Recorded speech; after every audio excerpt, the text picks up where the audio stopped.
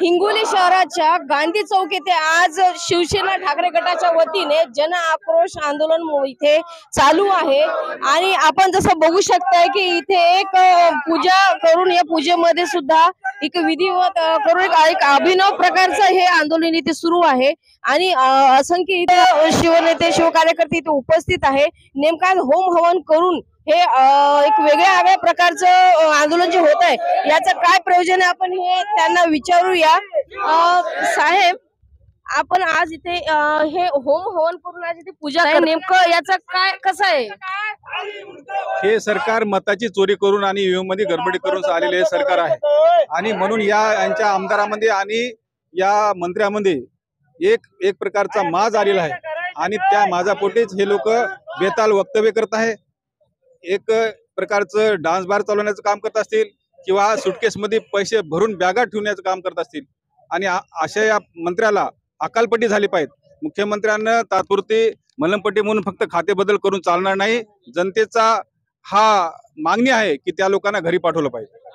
सोबतच इथे शिवसेना जिल्हा प्रमुख संदेश दादा देशमुख सुद्धा इथे त्यांच्या हातामध्ये आपण बघू शकताय एक पैशाची पेटी आहे। ही पैशाची पेटी कुणासाठी आहे नेमकं आपण दादाकडून ते जाणून घेऊया। दादा, ही पैशाची पेटी आपण कुणासाठी ठेवली? आपल्याला सर्वांना माहित आहे ही पैशाची पेटी संजय शिरसाटसाठी आहे। संजय शिरसाटसाठी आहे। पैशाच्या इतका माज या सरकारमधल्या मंत्र्याला आलाय आणि फडणवीस कोणाच्या तरी दबावाखाली राहून या मंत्र्याचा राजीनामा घेत नाही, त्याच्या निषेधार्थ हे आंदोलन आहे। संपूर्ण कलंकित मंत्र्याचा राजीनामा झालाच पाहिजे यासाठी हे आंदोलन पूर्ण राज्यभर आहे। त्याचप्रमाणे हिंगोलीमध्ये सुद्धा हजारोच्या संख्येने शिवसैनिक जमलेले आहेत आणि या आंदोलनाला जर शासनाला जाग आली नाही तर शिवसैनिक रस्त्यावर उतरल्याशिवाय राहणार नाही, महाराष्ट्राची जनता रस्त्यावर उतरल्याशिवाय राहणार नाही। आम्हाला राजीनामे पाहिजे म्हणजे पाहिजेत, नुसते कपडे बदलून जमणार नाही।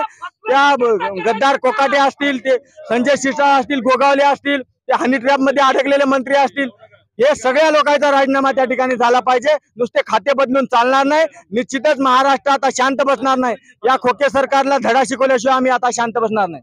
निश्चितच इथे भ्रष्ट नेत्यांचा जो आहे राजीनामा घेतल्याशिवाय आता शिवसैनिक जे आहे ठाकरे गटाचे बिलकुल शांत बसणार नाही असा यांनी इशारा सुद्धा आता दिलेला। यासोबतच आपल्या सोबत जिल्हा प्रमुख अजयदादा गोपी पाटील सुद्धा इथे आहेत, तर आपण त्यांना सुद्धा विचारून घेऊया की दादा, आज हा जन आक्रोशन मोर्चा आहे, आपण या जन आक्रोशन मोर्चामध्ये जो काही अभिनव पद्धतीने आज आंदोलन सुरू केलेलं आहे, या जन आक्रोशन माध्यमातून आपल्याला काय म्हणतात?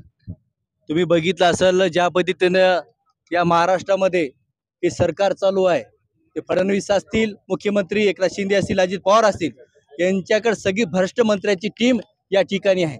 यांनी जे घोषणा केली होती बीजेपी वाल्यांनी की आम्ही भ्रष्टाचार आम्ही मुक्त करू, पण यांच्याकडे आतापर्यंत फायले असेल जे लोक आहेत ते भ्रष्टाचारी लोक आहेत।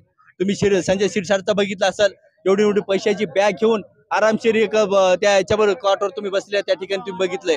गोगावले मंत्री पण मांत्रिकच्या पद्धतीनं आपल्याला मंत्रीपद कसं भेटते त्याच्यासाठी ते होम हवन करताना तुम्ही त्या ठिकाणी बघितलं असेल। कोकाटे असेल, कृषी मंत्री, या विधान भवनामध्ये पवित्र असेल विधान भवन आहे, पण या होम हवन मध्ये जसं पाहिलं की होम हवन मध्ये हे हवन विधी टाकल्या जाते, आपण त्यामध्ये पत्ते टाकताय, नेमकं ह्याचं काय दर्शवण्याचं आहे आपल्याला? आम्हाला हेच म्हणायचं आहे की होम हवन तुम्ही या ठिकाणी करता चांगल्या, तुम्ही या गोष्टीचं जिथं कुठेतरी गालबोट लावण्याचं काम करता। आम्ही पत्ते याच्यासाठी टाकतो की हे जे कोकाटे आहेत याचं होम हवन या ठिकाणी झालं पाहिजे।